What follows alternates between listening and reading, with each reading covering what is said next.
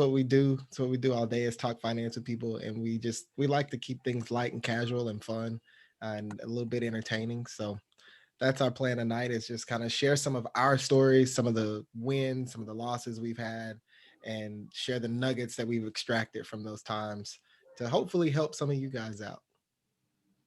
Terrific. I know I am excited to get help with my personal finances. I hope everyone else is as well. Same, impulse buyer. So proud of that, y'all. So proud of that. You're impulse. Raise your hand. Raise your hand if you're an impulse buyer. How many we got? 1, 2, 3, 4, 5 out of 9, including me, including the finance guy. So we can definitely talk about that and how you can still win with money while being an impulse buyer. I see Stack just jumped on. So we were talking. We had one of the guys chimed in. We're just kind of having light talk right now, and he chimed in and said he was an impulse buyer. That's his problem. And so I said, raise your hand if you're an impulse buyer. And 5 out of the 9 of us raised our hand. And I say us because I raised my hand. So that's what you've missed so far. Got it. Yeah. It took a while for it to refresh to get the Zoom info. But yeah, I'm happy to be here. Yeah, on the impulse buyer side, I would say it depends on what we're talking about for me. So I'm a kind of hand up, somewhere in the middle on mine. Yep. Right. I want to qualify my impulse buying. Under a certain dollar amount, I am an impulse buyer. Like once it hits a certain dollar amount, I'm like, yep, nope, got to think about it. Yeah. Good for me. That makes sense to me. Well, I don't know, because there's some things that it just doesn't matter, and I'm just gonna buy it. Like, but for the most part, once we get to a certain threshold in the dollar amount, I'm like, pause. So right. But we'll talk about, we can talk about that for sure, and take your questions on how to best handle that. Yeah. Cool. Well, thank you both so much. Sorry again about the hiccup with the Zoom account and the passcode. But we really appreciate y'all hopping on this call with us tonight. Michael Lacy is the host of award-nominated Winning to Wealth podcast, is best known for paying off $61,000 worth of debt in only 16 months. His work as a financial educator committed to helping millennials and Gen Zers make smart money decisions has been featured in major publications like Forbes, CNBC, and U.S. News and World Report. Michael's passion for personal finance stems from his personal belief that generosity and service are keys to great life, and that it's much better to use our money to create a better world instead of spending every dollar. When he isn't talking about money with strangers on the internet, you can find Michael enjoying a good book, winning at video games, or spending quality time with his wife and daughter. We also have Steven Stack, who is a financial coach that is 100% debt-free. This includes paying off a 6-figure mortgage at age 32 in only 3 years. He has also become a millionaire by age 31 through consistent money management and investing through primarily through real estate and the stock market. While these things may be impressive, it is sincere love for God, family, and others that define him. His approach to wealth building is unique in that it is holistic in nature. He believes wealth is not only what is in your bank account, but also the person you are becoming. So thank you both so much, and I will take it away for you all. Awesome. Well, like I said, first, thanks for having us. Very much happy to be here. And appreciate the intros. Always laugh, especially when I hear Mike's, it just cracks me up. But when I first heard about this and we're talking about college students, it really got me excited. I enjoy talking to young people who it's like, man, your whole life is seemingly ahead of you, and you're learning so much, and there's just so much potential.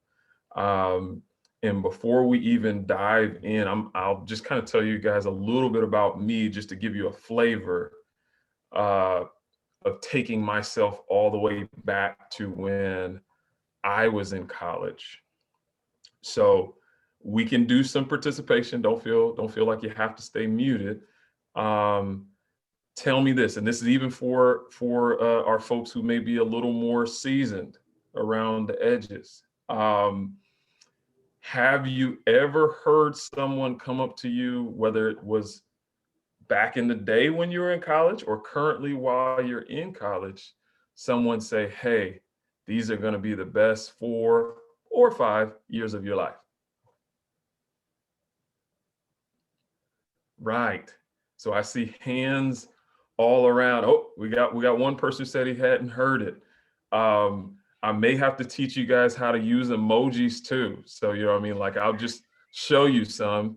There's a boom. You see that? Isn't that cool? You know what I mean? So you got that, or thumbs up if you feel like, hey, I don't want to come off of mute. Oh, look, see, you can teach an old dog new tricks, is what they say. I'm sorry, man. I know I had to do it.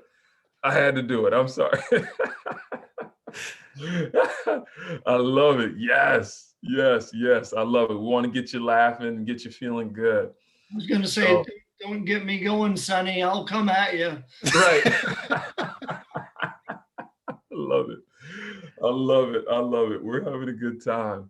And I love that Lauren's got the crying, laughing emoji already going. So, like, we got a good lather here. We're going to have fun.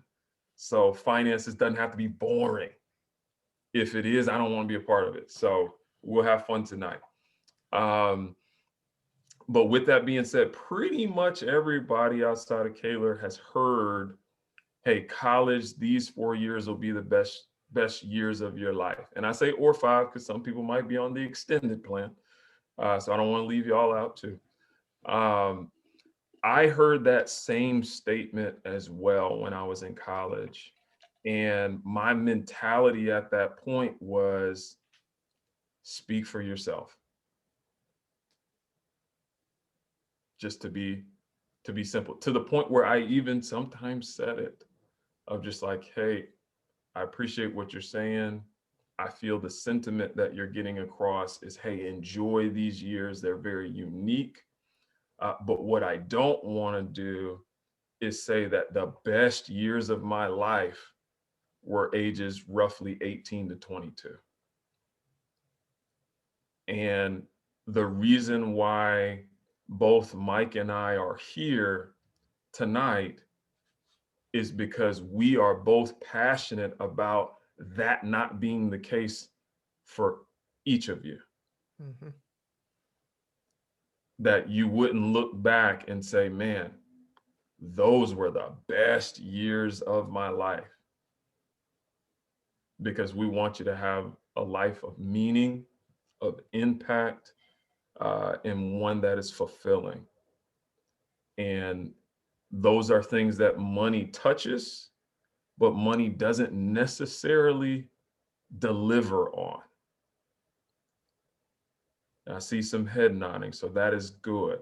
That is good. So I just want to give you guys some framing before we go into our chat tonight. So the first kind of topic, and we'll keep it pretty, just talking, is around consumer debt. So this is something that, especially with younger people, unfortunately, there are sharks that are looking to exploit your ignorance or your you being naive. So you may or may not have received something in the mail, or you might have gotten an email or something that says, congratulations, you've been pre-selected for our platinum card or our black card, or insert whatever special thing you want to put in. So the first thing that I'm going to tell you is, and this might pop a balloon, I don't want to burst too many bubbles, but I'm going to. They don't think you're special. Now I see some people kind of smiling. Oh, look at Kayla. Oh man, I'm so sorry, man. I am so sorry. Mind blown, man. Right. Right. I'm so sorry to be the bearer of bad news. I promise I am not the Grinch that stole Christmas. I'll even stop talking soon so Mike can speak, so you don't think that I am the Grinch, okay? Right. But yes, the reality is that a lot of times, whether it's a credit card company, or let's say you may have gotten some extra money and you're like, hey, I want to get a brand new car. These things can significantly impact you negatively from a wealth building standpoint. So it's funny because the very thing that is on your side, which is time, of just having length of time to build, if we make some of the wrong decisions, it can really set us back quite a bit in a negative way. And so part of my story, which I won't get deeply into it because we'll talk a little bit more as we go through the night, is that I was very fortunate to have some understanding, even when I was in school, that, hey, I'm not special for the being pre-selected. Or that, hey, if I do have a car that maybe it doesn't cost a lot, maybe it's $4,000 or $5,000, but it's paid for and it gets me from A to B reliably, that it's to my advantage to just keep driving it, even if it happened to be a 2004 Honda Civic that was semi bright green. Yeah, that's true. It was. so yeah. But that's what it was. That's what it was. But I'm thankful today. Part of what was read, even in my story, like just in my intro or bio, those decisions to avoid some of that consumer debt, it set the building blocks and foundation for me being in the space that I am today. So with that said, I'm going to pass the ball over to Mike. I'm gonna do it like a Lakers pass, because I know you're LA Lakers pass. So this is like a LeBron pass over to you. Skip pass. So you got it, bro. So Stack's story is not even remotely close to relatable to me. Like, not at all. I mean, because here's a guy, he mostly managed to avoid consumer debt. He started investing young, did like everything by the book, everything every financial influencer, financial expert tells you to do. And I didn't do those things. So I didn't feel like I was special. I love that he said that, though. That's really a great point. I hope you guys hold on to that. But it wasn't that I felt like I was special. For me, I had just always grown up with this example of, hey, you need a credit card for emergencies. And that was really my introduction into debt. The very first time I ever swiped my credit card, got into any kind of debt, I was 20 something hours away from home on a road trip and my car broke down and I didn't have any money. And so I used my credit card to swipe almost $1,000 repair. The guy overcharged me because he knew I was a day from home. And so it was just a really, really bad situation. But what that did, that one decision, it kind of started this avalanche effect where the seal was broken now and nothing was off limits. So it went from, this card is just for emergencies. I get the first bill, it's $1,000, but they tell me I only have to pay $30. And I'm like, that's it? Let's get a TV if that's what we gotta do. Let's get some jewelry, let's get some clothes, let's get, like all these things. And so the payment's just going up. It's $50 a month, $60 a month. It's like, this is not bad at all. This is a great lifestyle. Like, I should have done this sooner. And so it just kept spiraling. One card became two cards, two cards became three cards became four cards. And before you know it, I had almost double-digit credit cards. I had a car payment. I got married. My wife had credit cards and car payments. We were very fortunate in that neither one of us had ever had student loans, but somehow on our wedding day, we were still $60,000 in consumer debt, just cars and credit cards. And for the first time, I felt like we make entirely too much money to be struggling like this. And a lot of people find themselves in that situation because once you leave this time period of your life where you're younger and you're in college and then you start making good money, you feel like everything's available to you. I know another one of my biggest mistakes was I grew accustomed to the lifestyle that I had grown up with. And so I didn't want to go back to living like a broke college student when I got my first, $50K a year job or whatever. I wanted to live the lifestyle that my parents lived. And so I was trying to keep up with my friends, trying to keep up with my parents. And that really set me back. But looking at it now, almost 10 years later, I was able to overcome those choices and still put myself and my family in a really good financial spot to the point where our goal up until last year when I was laid off, our goal was to retire at age 40. We had built enough of a net worth to have the capability to potentially retire in 9 years. So in contrast to Stack's story, he did everything by the book, became a millionaire 31. I made every mistake possible and still was on track to retire by age 40. So all of that to say, even if you found yourself at that place now where maybe you have the credit cards, you have a ton of student loan debt, you have the car payments, there's still hope and you can still start to turn things around. So now I want to pass it back to my guy Stack. And we can kind of talk about just this whole debt thing. Like, let me ask this question. How many of you are already in that position where you maybe have a lot of student loans, you have a lot of credit cards, you have the car payments? How many we got? One, two. Okay. So good bulk of us. So I guess what we can talk about now is how do we begin to address that? Stack, what do you got for us? Yeah.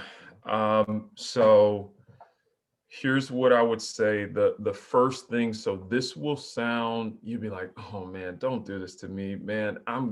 Your name's not Stack anymore. It is the Grinch. That's who you are. Like my skin is starting to turn green, pointy nose, the whole nine. I promise I'm not the Grinch. This is good for you, what I'm gonna say. So what you will need to do is you're going to want to make a budget. Now, I don't want you to look at budget as a bad thing or, oh man, it means I'm losing or, oh no. Like what you're doing with a budget is you're saying, hey, I am telling my money where I want it to go. That's it. And I actually even shared something on social media probably about a month ago where I just shared this idea that says basically it hits different when you realize that budgeting is about aligning spending with purpose, not spending less. And so I'm going to say that again just to make sure we all kind of catch it. So budgeting it's about aligning spending with purpose, not spending less. Because the reality is you're going to disperse funds, like whatever you have coming in, you're still going to quote unquote spend it. It's just going to go where you want it to go, not where your impulses may take you or just where life just kind of happens to you to pull your money in those ways. And so budgeting is going to be really important. And I would even add that I think it's really important to do a monthly specific budget. And so what I mean by that is if you guys just think about it with me for just a moment, when you're coming into February, now every box that I'm looking at in here, I see lovely people. You know what I mean? Everybody's camera's not on, but you know, I see some pretty good looking folks here. Oh, look, we even got Irving. He brought it up. We got a heart from Caleb. There we go. You know what I mean? Janet, she's got you know, just a standard screen going. But for every face that I see, even Irving, I see his glasses shining. Like, you guys look good, all of you. So in the month of February, there's a love date that happens to be in it that we're only 4 days removed from. Yeah, because I'm eating dinner and no one needs to see that. I love it.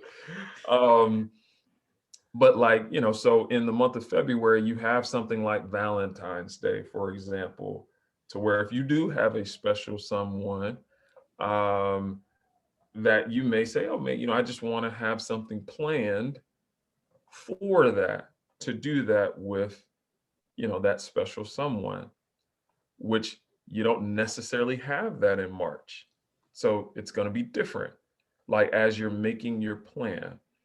Or when is spring break? Somebody just tell me. You can either type it or you can come off of mute. When is spring break? It doesn't exist anymore. Right. Okay. I figured that might be dicey, right? So do you not get any time off for spring break? You just get nothing? Weekends. We're Literally doing a weekends. spring break weekend. Yeah, they're given like 1 day a week for like the middle 5 weeks. Okay. All right. So 1 day a week for the middle. So I mean, you get a few long weekends. So Bill actually made a great point, which I love it. Of it is an opportunity to save. So like going into that month, you can say, okay, well, you know, I've got some debts that I may need to put money towards. You can plan that out. And that's one of the things about saving, is I always tell people, whether it's paying down debt, saving, investing, do that stuff first. Do it first. Because if you do it based off of what's left, what you're going to start to realize is there's not a whole lot left. But when you do it first, then you have to get in all the other stuff where it fits in order to pay down those debts. So hopefully that makes some good sense. I see some head nodding. I'm going to pass it to Mike, add some more to what I share, because I don't want to take all the good stuff. So Yeah, you did. You took most of it. So, but what I will add, what I'll add to that is, you know, the way I kind of teach it from just a really practical sense. If you can do basic addition and subtraction, then you can do. I don't call it a budget. I call it a spending plan. And if budget is cringeworthy to you, you can call it a spending plan too. But it's really, what it really is you get a piece of paper, you use an app, you do whatever it takes, but you write out at the top of it, this is my income for the month. And then you just list out everything you're going to spend money on. And when that number gets to zero, that's it. So that can be saving, investing, paying down debt, bills, subscriptions, Netflix, you know, Hulu, whatever. All of those things can fit inside of there. And so that's really how I look at budgeting. To me, people say a budget is restrictive. I feel the opposite. You know, having a budget is what allowed me and my family to pay off the $61,000 in 16 months. It's what allowed us to invest, you know, the money that we were able to invest after that. And so for us, it's really unlocked a lot of freedom just doing that one simple thing of sitting down every month, directing where we want it to go. And I'll echo what Stack said earlier about making it monthly specific, because I mean, you know, my anniversary is in October. That October budget looks completely different than an April budget, where, you know, there's nothing really, there's no birthdays, there's no holidays, nothing. You know, the December budget with Christmas looks a lot different from the January budget. And so you have to sit down before that month begins, just think through it, look at your calendar. Okay, this person's birthday is coming up, my mother-in-law's birthday is coming up. I might pass on a gift this year, or I might go ahead and get it. I don't know. Just kind of depends on how everybody's acting. But you have that power with a budget, with the spending plan. And so that's really what it's about. It's about taking back the control over your finances. Because if you don't sit down and tell your money where to go, you'll always be left wondering where it went. It's really that simple. And so sit down before the month begins, just kind of map that out. Now, Stat kind of touched on the debt, debt elimination side and using your budget to pay down debt. And that's kind of my expertise. So we can kind of transition into talking about that a little bit. So for me, personally, what it looked like when we sat down and did our budget for our debt is, like he said, we decided on, well, what we did was a little bit different than what he said, but it was the basic premise. We had our income, we listed out, giving is always my first line item in my budget. And then after that, we have what's called essential expenses. Now, essential expenses are basically everything you need to survive. And if you think back to last year, right as everything was starting with the pandemic, everything was on lockdown, think back to what you really were spending money on that you needed to survive. It was your rent, water, utilities, food, those types of things, maybe gas for your car. Those are the core essential expenses that you need to really be a functioning adult. And so we had our income, giving, our core essential expenses, and then immediately after our essential expenses was debt. And so what we did was we broke out our debts, listed them all out. We had the total balance remaining. We had the interest rate. We listed them by the smallest balance to the largest balance. And we just started sending whatever extra money after our core expenses that we could. We started applying that to that lowest balance debt. Once that debt was gone, we took the minimum payment plus the extra that we were spending and put it towards the next debt. And we just kept snowballing it, snowballing it, snowballing. That payment got bigger, bigger, bigger. And that's what allowed us to be able to pay off our debt so quickly. But I don't want, one thing I'm always cautious about when I get to talking numbers and our debt story, I never want to get people feeling discouraged because I've shared my story and people tell me, hey, I don't even make $61,000 in 16 months. I could never do that. And my response is, yeah, you're right. You couldn't. Just to put it simply, you couldn't do it. But you can do something. You can make progress. So maybe your story is you paid off $61,000 in 36 months. That's still an amazing accomplishment, and it's going to set you up to be able to do great things with your money in the future. And so don't look at other people's numbers or even my story, my numbers, and feel any sort of discouragement or feel like it's some kind of race, because it's not. It's really your journey, and you get to personalize it and make it fit however you want to make it fit. If you have the capability to do something like 61 and 16, but you want to stretch that out a little longer so you can enjoy the journey a little bit more, that's totally fine. It's your journey. Make it your own. The important thing is that you hit that goal and that you reach the finish line. Stack, anything to add to that? Man, I thought that was great. I really appreciated that you made sure people know. So here's a big thing that I always try to share with people, whether I'm speaking to folks, whether it's, big stage, talking to a lot of people, more intimate like this, or even social media, of when you're hearing people's stories of what they may have done, my encouragement to you is don't let those things rush you. Let them inspire you. And there's a significant difference, because when it's comparison, it'll rush you and it'll lead to burnout. When it's inspiring you, it's okay, I'm steady, I'm gonna keep plugging away at this, I'm making progress, and my story is going to be different than someone else's story, and that's okay. So I thought it was really good that you called that out. I saw that Will had a question about why you chose Snowball over the Avalanche Method, which let me define for the people what he's talking about, because Will's obviously an A+++ student as it relates to finance. I can tell he even had to take a swig of water. I mean, he's just like, I got to cool myself down.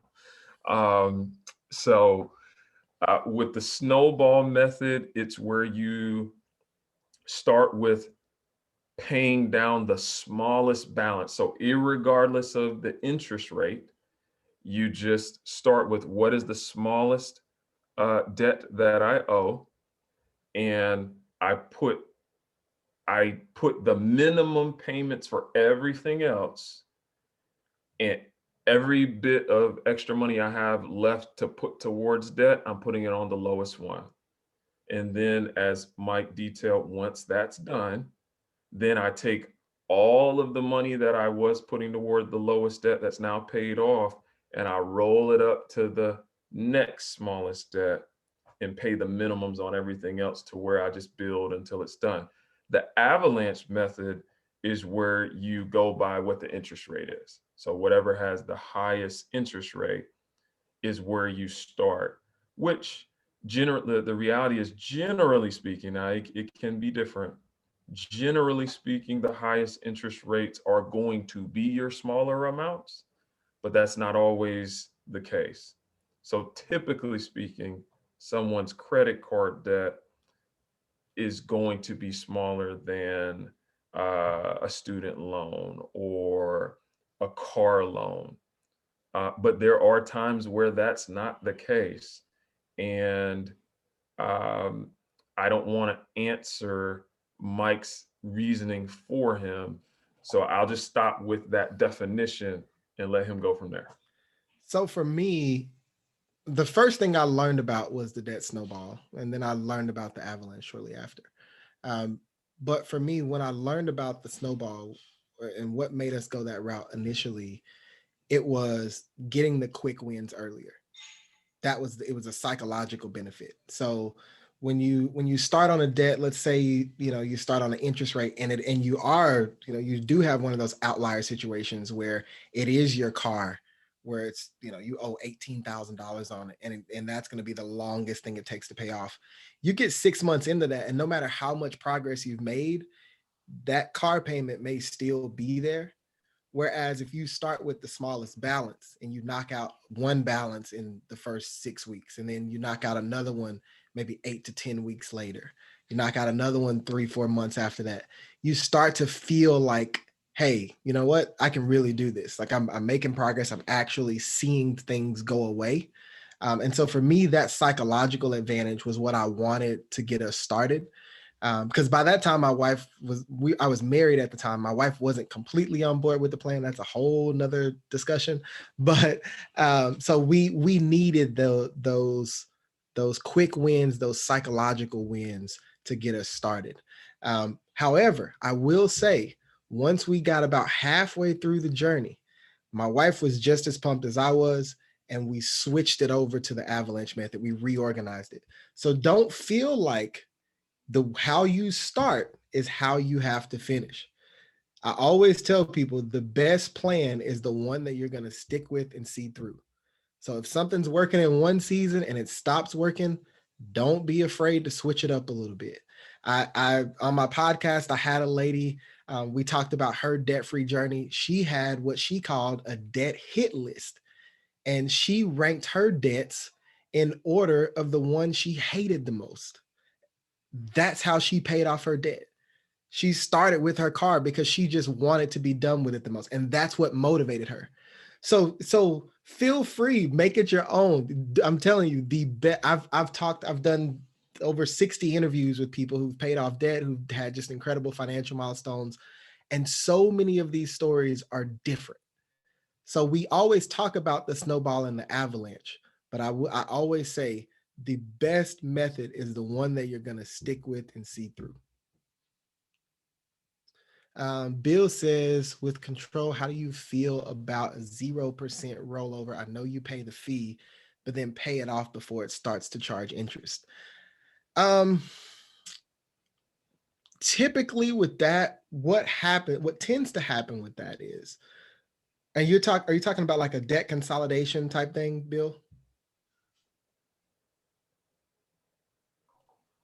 Yeah, it's more when you get the thing in the mail from the credit card company saying, hey, I guess it is a consolidation, but roll your balances over. We'll give you 0% through next November. And Got it.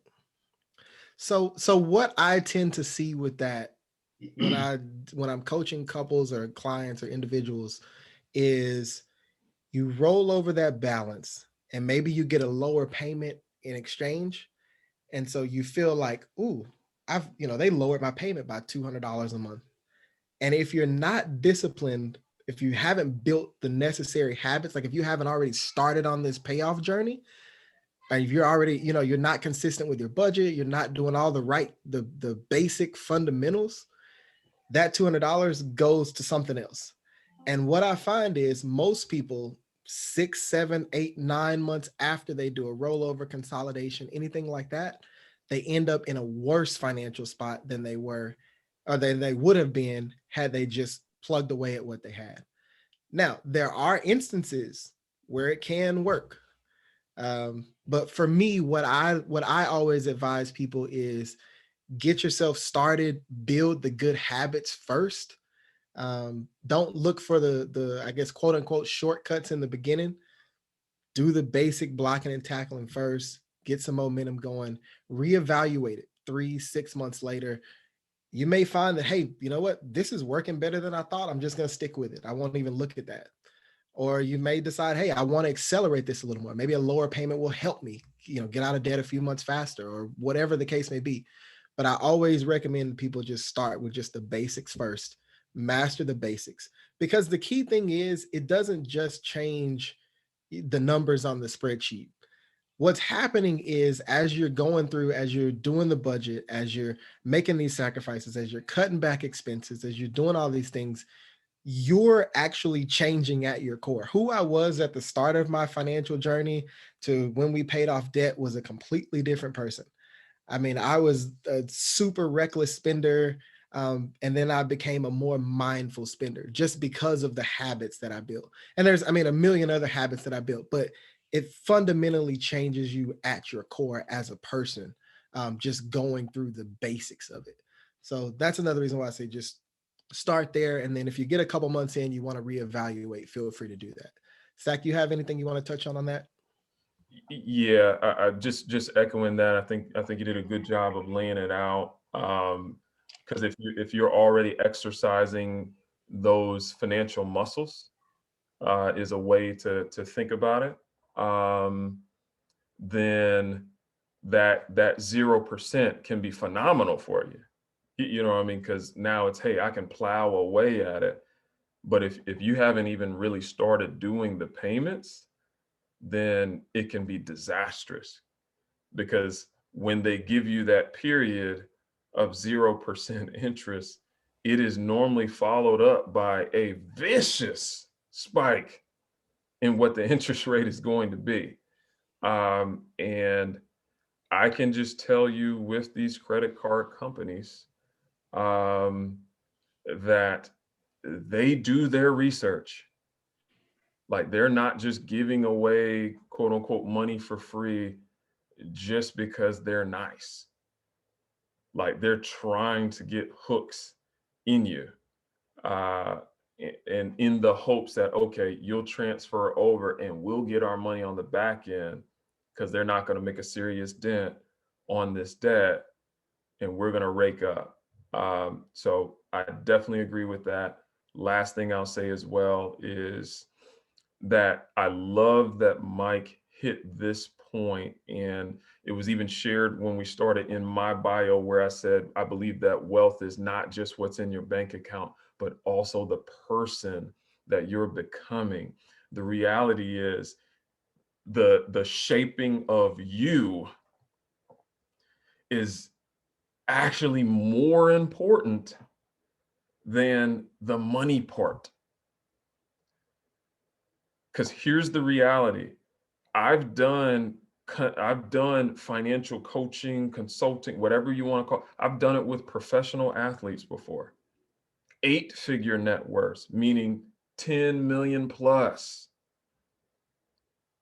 that don't know what they're doing with money and have made poor decisions. Now, they may have more wiggle room to bounce back because of their income. But depending on what kind of decisions they made, they might not be able to bounce back. Because if you've got $10 million, but you got $20 million worth of debt, that's a problem. Like, that's not good. So it really is important to thinking about, hey, who am I becoming in the process?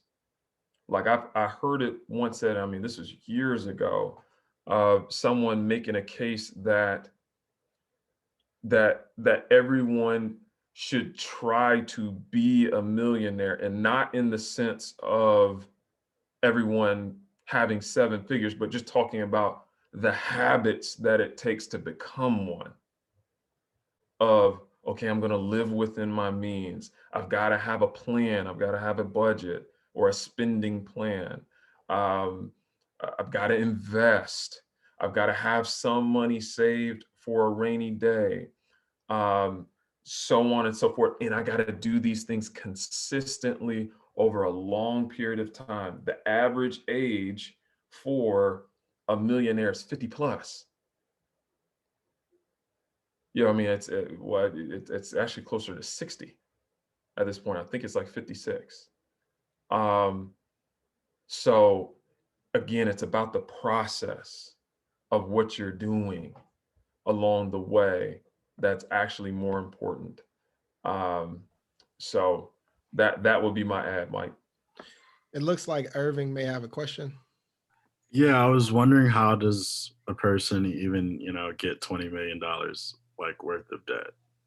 Like, how is that even, like, I don't understand how that's possible. So I love that you asked that question. The difference between a person like me who has $60,000 in debt versus a person who has 20 million in debt is simply that the bank offered them 20.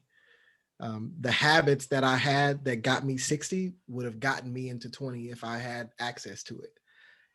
That's at the core of it. That's really the difference. The spending habits are the exact same.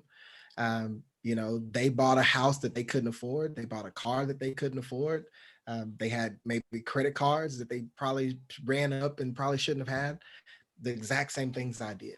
The only difference was $20 million worth of credit was extended to them, and it wasn't to me based on our incomes. That's really it. And so when we talk about this, the one thing I really want you guys to understand is that it's really about the habits, the basic habits of living on less than you make, getting on a spending plan, writing down your income, writing down your expenses, and literally giving every dollar a job. If you get all the way down to through your expenses and you still have a couple $100s left, find somewhere to put it, whether it's a date night or whether it's saving or investing. Find somewhere to put it, because if you don't, it will leave. It's really that simple. I mean, we all have had that happen where, maybe we spend some money, we get a little cash back or something like that, and then 2 days later we're like, I know I had $80. How do I have $20 today? It's because the habits of keeping track, we didn't have the habits. And so to answer your question, the difference is they had access to that much credit. I mean, that's really it. And they took advantage. Right. Which I can, is everybody on a computer, or some people on a phone? Listen, Will might be on a phone. I'm not sure. But I'm on a computer. Oh, you're on? Okay, sweet. So Irving asked, how can you come up with $20 million of debt? I want everyone to briefly do an exercise real quick. You can do a Google search. And what I want you to do is type in exactly what I put in the chat. And first one who finds that range, tell me the number. Oh, I see faces. Oh, Lawrence. The highest I saw was 9.8 million, but I saw 18.7. geez. That's an One example. decision.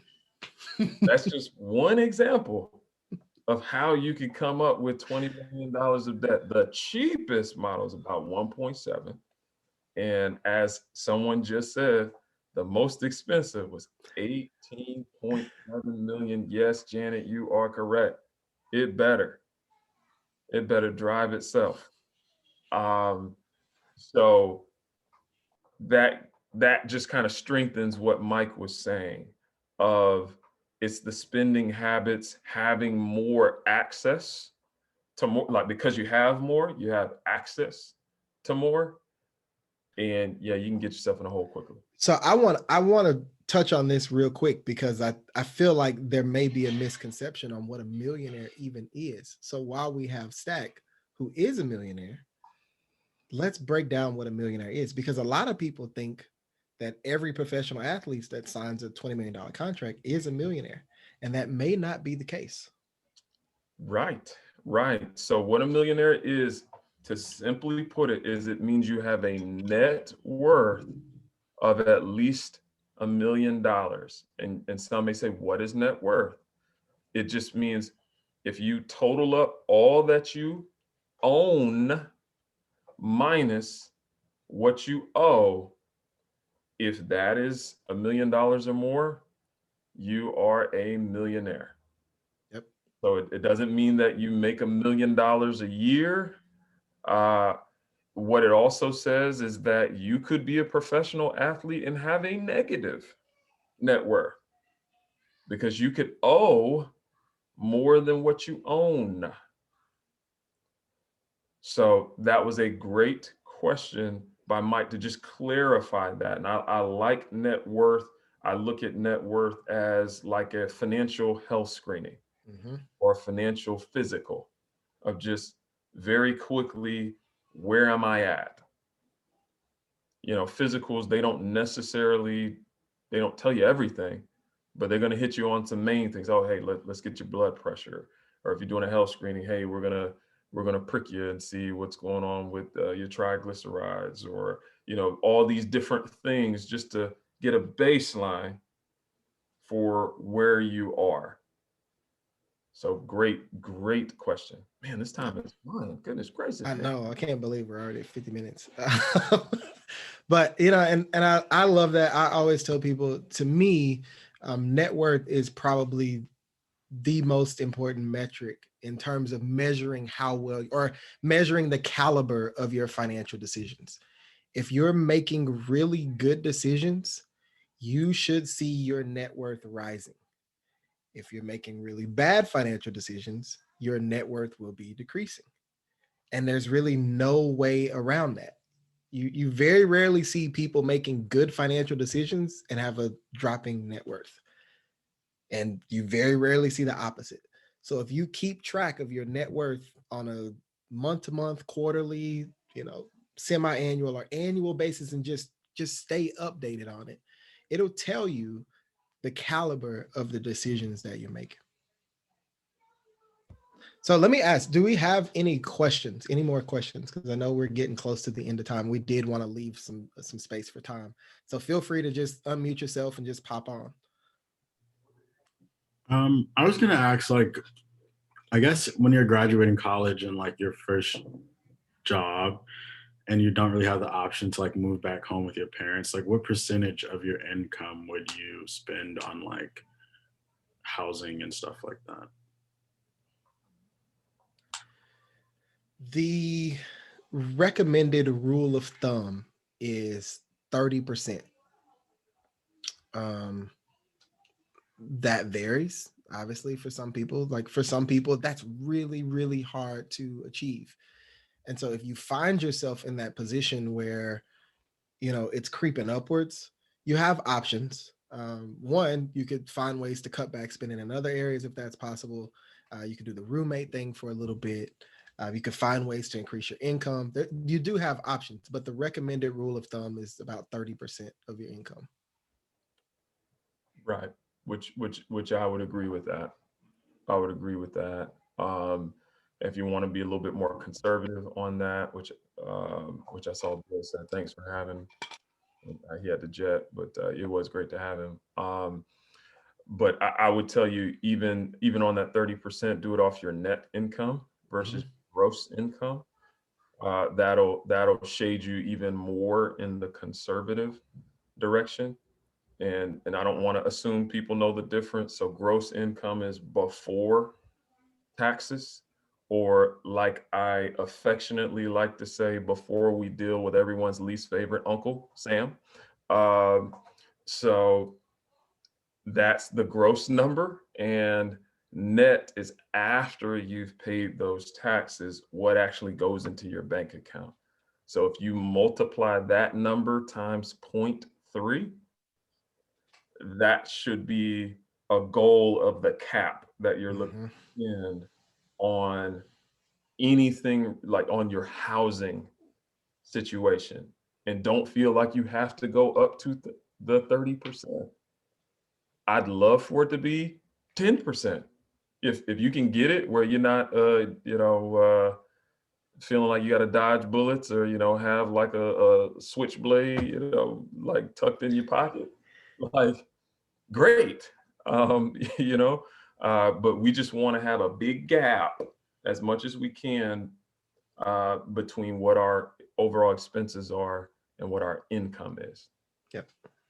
Thanks for clarifying that, Stack. Any other questions? I just want to get your opinions on something. Okay. It was something that was told to me by, I guess, a colleague, and I thought it was a really interesting view. So I told him I was like, I think it was my second year of college. I was like substantially paying down my student loans. Obviously, it just makes you feel good. That was the reason why. This person is a financial advisor. Can you guys hear me well? I heard it static. A little bit, just power through. We'll Okay. And their philosophy was you could always pay into a loan later. Like, instead of putting like say 1,000 in now, and you put that say 1,000 into like the stock market, make say $100 over that first year, you could take that extra 100 and pay 1,100. You can't take money out of a loan that you pay, if that makes any sense.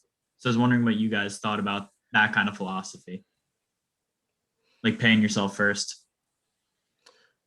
Mike, I'm gonna have you go first because I'm pretty passionate about this one.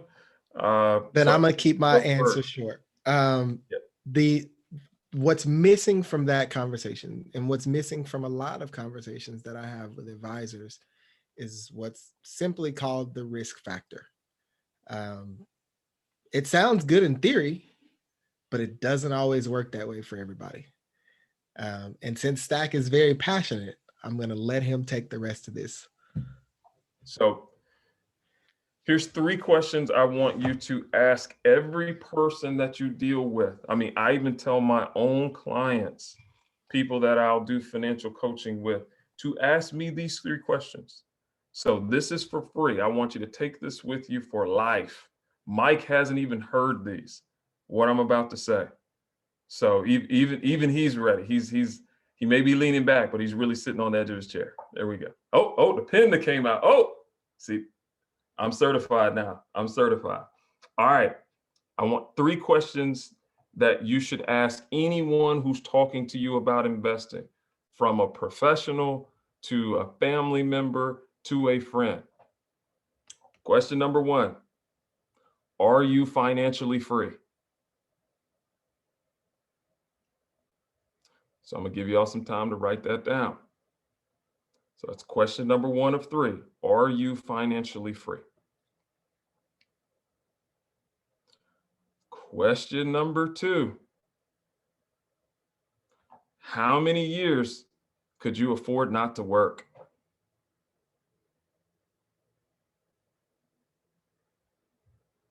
So question number 1 is, are you financially free? Question number 2, how many years could you afford not to work?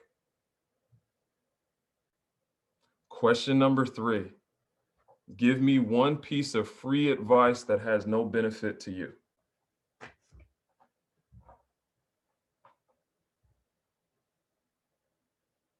I'm purposefully leaving that one open. Mike, on that. I love your question, but because what I just want you all to pay attention to what people's answers to these questions are.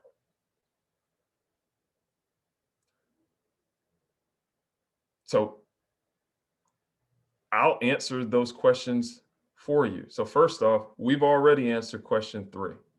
Like we've given you plenty of free advice that's a benefit to you across this hour. So we've got that one checked. For me personally, question number 1, absolutely yes, financially free, no question. Question number 2, at least a decade. At least. And I'm certain if I really got into the details, I know it's significantly more than that. So the reality is, because of that, we're on here talking to you, just trying to give you guys some good advice that'll help you. Will the person that you may have talked to, or that might have been a hypothetical question, I do find it interesting that they probably would have had a financial benefit of you doing the decision that they were telling you to do. Now, I'm just going to leave that be. I'm going to just let that just float in the air.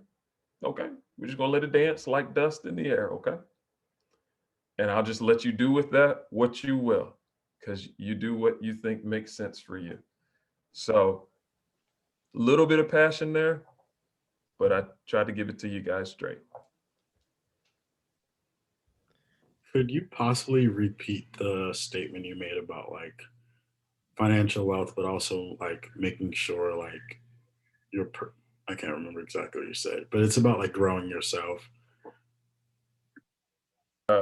So what I said, I think what you're referring to is I said, I believe that wealth is not only what's in your bank account, but also the person you're becoming.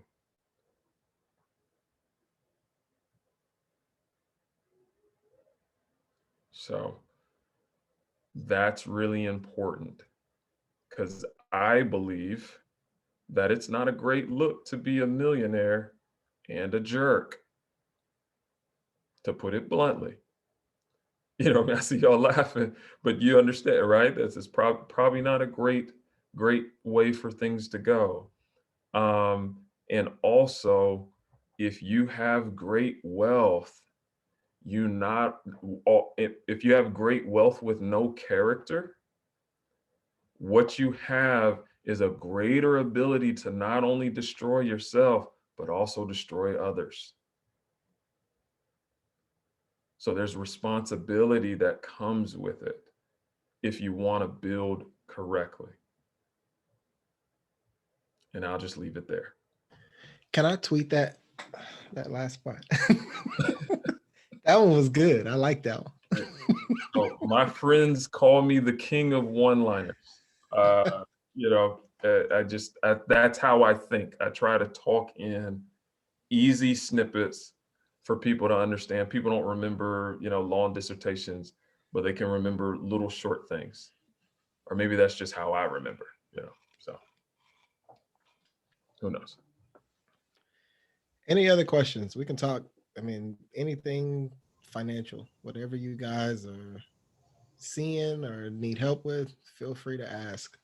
This is probably, I'm the only one here that this will pertain to, but can you talk a little bit about paying off your mortgage early, and for all the young whippersnappers in the room, the difference between what you can afford on a mortgage and what the bank tells you you are qualified for? Okay. Can I? Yeah, because I want the last part of that question, and then I want Stack to have the first half of that question, which was paying it off. Yeah. So when my wife and I were shopping for our house, this is not a joke. By this point, we were already consumer debt free. We had substantial amount of money in the bank. We had substantial investments. We made an intentional choice to live on her income. and we were going to invest my entire income. And so when it came time to shop for a house, we knew that based on her income, we could afford roughly about $200,000. When we got to the bank, we were pre-approved just on my wife's income. Like, my wife's a teacher. Okay. We were approved for a $400,000 house, which was double what our budget told us we could do. Now, we could have easily, I mean, here's the thing, for us, it was very important that we didn't even look at anything that was outside of our budget. So here's and going back to Stack's 3 things, everybody in the home buying process makes money off your decision. Everybody, the lender, the realtor, everybody. So when people start seeing a $400,000 approval letter, pre-approval letter, and you come in talking about $200,000, you're gonna get people that try to press you up and up. As hard as they work to get your money, you have to work just as hard to keep it. That's just the simple fact. Well, what that decision allowed my wife and I to do, it put us on track to pay off our house in only 8 years. So we would be 38 with no mortgage, which was a huge part in our retire by 40 plan. Not having any housing expenses, that goes a long way. And so that's the importance of doing the buy right, is again, going back to the basics. You have to master those basics we talked about earlier, the budgeting, the avoiding consumer debt, because that's going to give you the clear picture on what you can afford when it's time. Now I'm going to pass it to Stack to talk about, once you get in there, or if you're already in there, how to pay it off early, because he's actually done that. I haven't done that yet. I'm on my way, but he's done it. So I'm going to let him speak to it. Love the answer. You guys, if you were looking at my square, you probably saw that. I had to keep myself muted. That was fantastic. And we did the same thing over this way. The house that I'm sitting in, it is paid for. And so the question was, tell me precisely, Janet, what you were asking around paying it off, of just should I not, or I just want to make sure I answer it right. Well, just, most people never pay their homes off. And if they do, they're, too old to actually enjoy that they've finally paid it off. So I am particularly interested in getting rid of this mortgage as quickly as I can. Like, I make I do the bi-weekly payments so that I get an extra payment throughout the year. And then I also, like when the escrow changes, I pay that escrow difference in one lump sum instead of my mortgage payment fluctuating. So, I mean, I'm all for getting the mortgage paid off ASAP. Okay, absolutely. Bless you, by the way, even though we didn't hear it, Kayla. I saw it. It's all good. He's all right, folks. He's all right, I promise. Yeah, so a major thing on our end in paying it off is, let's just say that we were approved to buy a 7-figure home. We'll just put it at that. You know what I mean? Like, just to show you the ridiculousness of the numbers, of what they were trying to get us saddled into.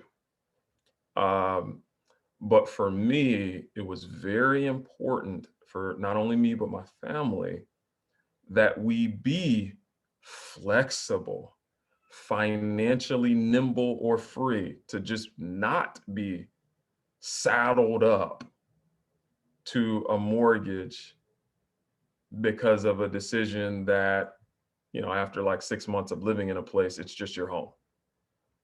and the newness kind of wears off, or you're only getting excited because other people are looking at it and oohing and eyeing, which those other people aren't paying for my home.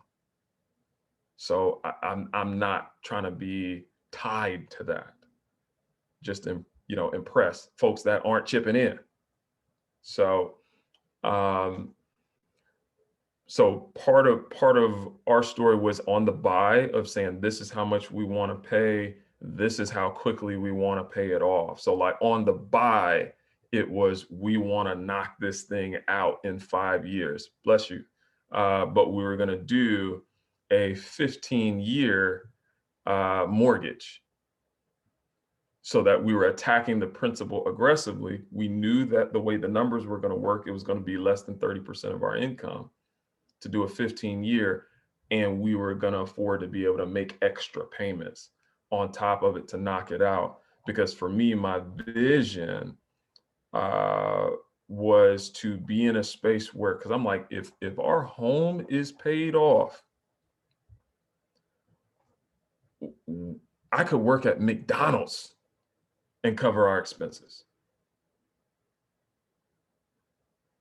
You know what I mean? Like, there are people that are roommates and renting that pay more than I do for our home.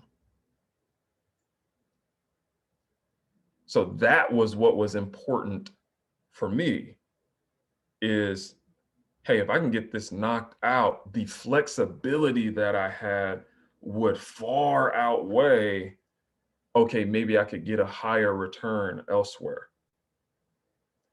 And now the other thing that I will make sure I mention too is, definitely bought it right.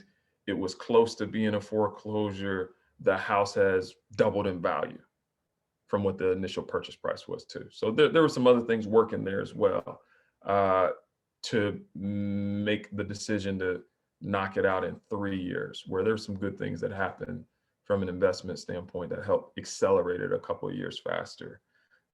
But hopefully that answers your question directly and thoroughly on that. Yes, thank you. You're welcome. You're welcome. All right. I just guess have. Oh, go ahead, Kaylee. I'm so sorry. So it's not really, I guess, more of a question. So it's like, for me, it's like, yes, I'm not an extreme impulse buyer. It's like, there are times where it's like, I don't need to be spending. And it's like, I made that conscious decision and actually like put my wallet away. And it's like, okay, I can't see it, but I know where it is. So it's like, great. But it's like, the things that I do buy for myself, like, I mean, I went through a lot right now in school. And so it's like I just bought myself like a trip to Nashville, Tennessee for a conference in May, because like I thought initially it was like, this is a job well done, you deserve this trip for yourself. And then it's like everyone else is like, these external factors are telling me, is like, oh, why'd you do that? Is like, why would you cough up this much money for it? It was like, so how would you guys go about it as like gain that confidence in what you do, like what you're spending on? Because I know it's like, obviously it's like, I don't know.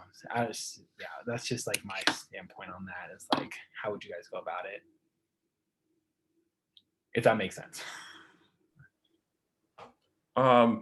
So without knowing, so I'm just going to give you kind of my thoughts without knowing your numbers. I don't know what your income is. I don't know how much you spend on the trip. You don't need to share that, by the way. That's fine.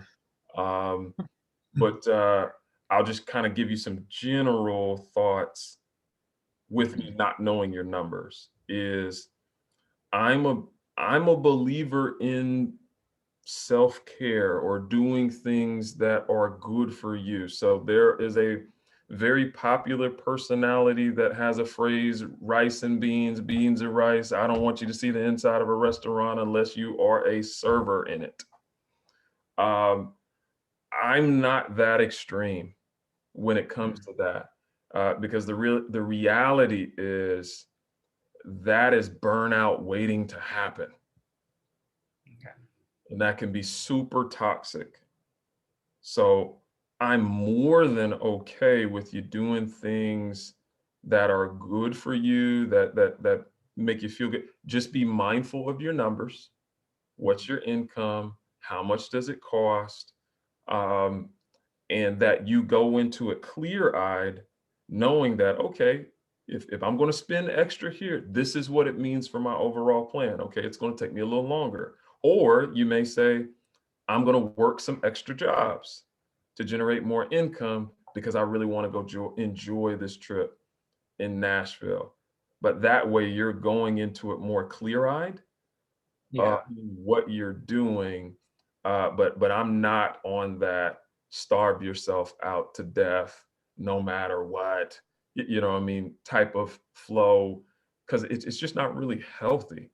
You know what I mean? Like it's just not like it's like people crash dieting. You know what I mean? The reason why they say it's because you end up crashing when it's all said and done. You know what I mean? Like you go without anything and then you fall off the wagon. So same financially. I know Brian had a question, which Mike, I know you're going to be able to answer his question. Go ahead, Brian. Sure. I am sitting at a really good place with my debt and everything's good. I'm doing a lot to put as much as I can into my savings and things like that. So I feel really good about like my plan, but something just tells me that I could be doing more to prepare me for the future, for buying a house or whatever it may be. So I was wondering is if you had any like tips of like things I should I be investing something? I know that's very tricky. There are a lot of things out there that says like open a Roth IRA, you won't regret it. And I'm like, I don't know anything about that. And so, or is it just time? Do I just like keep doing what I'm doing and just wait and just let time do its thing? What are your thoughts? So I love that. And I'll start by saying this, something that I shared with a relative of mine recently. We were talking about just the process and the journey of building wealth. And I was just sharing that, like, look, I'm not really the smartest guy in the book. I don't know everything there is to know about investing. I know enough. I'm not really the hardest worker that I know. There are people who work way harder than me. But what I did in terms of or what I realized in terms of investing in wealth is that wealth is really less about how smart you are, how hard you work, and more a function of time, right? So time in the market in terms of investing is incredible, does incredible things. Like there are I have a friend of mine who's maybe 35, who's got a really healthy net worth right now, and when we looked at numbers, he doesn't have to add a single thing to his investment accounts, and he will be mega millionaire by the time he reaches retirement age. In his 30s, he never has to put anything else in. So that's the power of compound interest, is what I'll say. In terms to specifically deal with your question, I think it goes back to, well, for me, I would say always be investing. That's my strategy, is always be investing. I'm not of the belief that you should put investing off until you're done with your debt, or anything like that, because again, compound interest is the most powerful thing in the world in terms of finances. So I'm just of the belief that you should always be investing, whether that's enough to get the match in your 401k while you learn more about some other things, whether that's starting in a Roth, whatever it is. But I feel like everyone should always be investing. And Stack, is there anything you want to add to that? Yes, you should be investing. Like, yeah. And really, I don't have it here. So there's a fantastic book that I would recommend to all of you in terms of just kind of coming up with an investing strategy. It's by J.L. Collins. It's called The Simple Path to Wealth. It is one of my favorite investing books. Matter of fact, I just finished it 2 weeks ago for like the fourth time. I try to read it like once a year, just as a refresher. Because there's always something new, Bitcoin or something new's coming out, and so sometimes I just need to ground myself and remind myself of my strategy and keep plowing forward. So, but The Simple Path to Wealth by J.L. Collins is a great book. He talks about index fund investing and really breaks it down to where you understand it and understand why it's such a solid investment. That's very good. That's very good. Familiar with that book for sure. And yeah, it's more about consistency than even more so than what you're investing in. It's about consistently doing it. And there's been so many studies that say savings rate, or in other words, the percentage that you're putting away in investing is the single highest determining factor of what your wealth will be, not what you're invested in, not your expense ratios or the fees that are associated with you investing. It's how much are you putting away? So, yeah. I want to give a little bit of a rule of thumb here too, because one thing you mentioned was savings, that you're doing a good job of saving. And so what I and other financial educators always say, most people say a 3 to 6 month emergency fund is what you should have. However, for me, I had a very volatile career. I understood that I had a very volatile career. I understood that we lived on my wife's income, and my wife has an autoimmune disorder, and so she could stop working at any time. And so for me, for us, we felt more comfortable having a 12-month emergency fund. But what I will say is find that number that works for you in terms of emergency fund, get that number, and then once you have that, invest. That's the key. That's really the key. Yes. Yes. Cool. Thank you. I'm on my way, Stack. So you giving me validation. Yes. You see, I'm not chill. I'm here. You're gonna see it. I'm wearing the most on the sleeve. So yeah. No, this was really, really good. Yeah. We can just tell from your feedback, a lot of the head nods, that it was meaningful to you all. And I'll throw a lob up to Mike of, hey man, where can these beautiful people find you, my friend? So if you want to connect, Stephen and I, we pass out financial information literally every day. For me, I'm at Winning to Wealth. So my website, winningtowealth.com, my podcast, Winning to Wealth. Instagram is where you'll find most of the gems that I drop, is Winning to Wealth there. And then I'll pass it back to Stack, and then we'll announce something that we're working on collaboratively that we haven't announced to anybody yet. So. Right. So so for me, probably like the simplest place, if you just want to see regular stuff, my Instagram handle is Stacking with Stack. So stacking with a G with Stack. It's the same thing if you're looking for me on Facebook, you'll see it there. And that will be what I'd say. I'm actually working on a website that I'll be launching as well, but at least for now, that's probably the easiest way to just follow along. Isn't that like the best name ever, Stacking with Stack? Like, I like. But I want to say this, something that he and I have been working on for like the last month, that's set to release very soon. We are actually doing a podcast together. We're going to fuse my storytelling style with his speaking style and create a podcast. We're both men of faith, and so the podcast is going to be called Faith, Love, and Money. It's going to be talking about the intersection of our Christian faith, our marital life. We're both fathers. We're talking about parenthood, all those things, and how it all ties together with our money. And so I think it's going to be a great thing. The trailers are already out on all the streaming platforms. So if you do want to check it out, you can go subscribe to it today. But we will be dropping episodes on that very, very soon. So, but I'd love to connect with you guys. Again, if you have any questions, feel free to find us on social media. My DMs are always open on Winning to Wealth, especially on Instagram. I'm always there. But like I said, any questions you guys have, love to help out. For sure. And ditto to what he said.